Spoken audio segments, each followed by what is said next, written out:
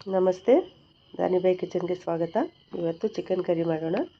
Chicken ಕರಿಗೆ ಬೇಕಾಗಿರೋ ಸಾಮಗ್ರಿಗಳು: 2 medium ಗಾತ್ರದ ಟೊಮೆಟೊ, ಕೊತ್ತಂಬರಿ ಸೊಪ್ಪು, 1 ಮೀಡಿಯಮ್ ಗಾತ್ರದ ಈರುಳ್ಳಿ, 2 ಬೆಳ್ಳುಳ್ಳಿ, ಸ್ವಲ್ಪ ಬೆಳ್ಳುಳ್ಳಿ ಜಾಸ್ತಿನೇ ಇರಲಿ ಚಿಕನಿಗೆ, ಹುರಿದ ಕಡಲೆ ಸ್ವಲ್ಪ, 1 ಮುಕ್ಕಾಲು ಇಂಚು ಶುಂಠಿ, 4 ರಿಂದ 5 ಲವಂಗ, ಅರ್ಧ ಟೇಬಲ್ ಸ್ಪೂನಷ್ಟು ಕಾಳುಮೆಣಸು, 1 ಅರ್ಧ ಇಂಚು ಚಕ್ಕೆ,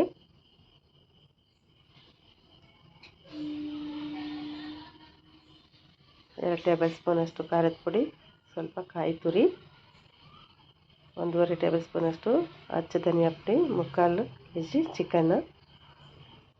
ಮಾಡುವ ವಿಧಾನ: ತೋರಿಸಿದ ಎಲ್ಲ ಸಾಮಗ್ರಿಗಳನ್ನು ಒಮ್ಮೆಲೆ ಮಿಕ್ಸಿಗೆ ಹಾಕಿ ನುಣ್ಣಗೆ ರುಬ್ಬಿಕೊಳ್ಳಿ.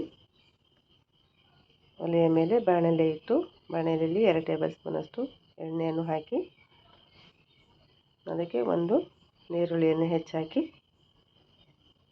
ಸ್ವಲ್ಪ ಬಾಡಿದ ನಂತರ ಈರುಳ್ಳಿ ಸ್ವಲ್ಪ ಬಾಡಿದ ನಂತರ ಚಿಕನನ್ನು ಸೇರಿಸಿ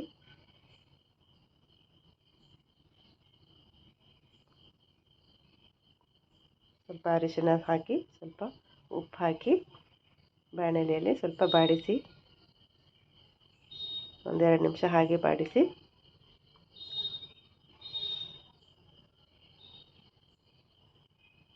ನಂತರ ರುಬ್ಬಿದ ಖಾರವನ್ನು ಅದಕ್ಕೆ ಸೇರಿಸಿ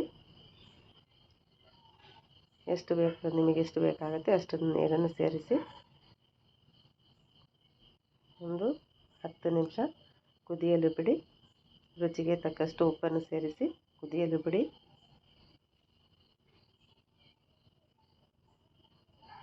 ದೋಸೆ ಅಥವಾ ರೊಟ್ಟಿ, ಮುದ್ದೆ, ರೈಸಿಗೆ ತುಂಬ ಚೆನ್ನಾಗಿರುತ್ತೆ. ಇದಕ್ಕೆ ಯಾವುದೇ ಥರದ ಕಲರ್ ಹಾಕಿಲ್ಲ ನಾವು.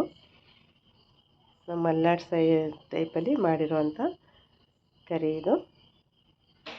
ಸ್ವಲ್ಪ ಕಾಯಿ ತುರಿ ಬಳಸ್ತೀವಿ ನಾವು, ಎಲ್ಲದರಲ್ಲೂ ಸ್ವಲ್ಪ ಕಾಯಿ ತುರಿ ಬಳಸ್ತೀವಿ. ಹೀಗೆ ಸರ್ವ್ ಮಾಡಿ, ಅನ್ನಕ್ಕೆ ತುಂಬ ಚೆನ್ನಾಗಿರುತ್ತೆ.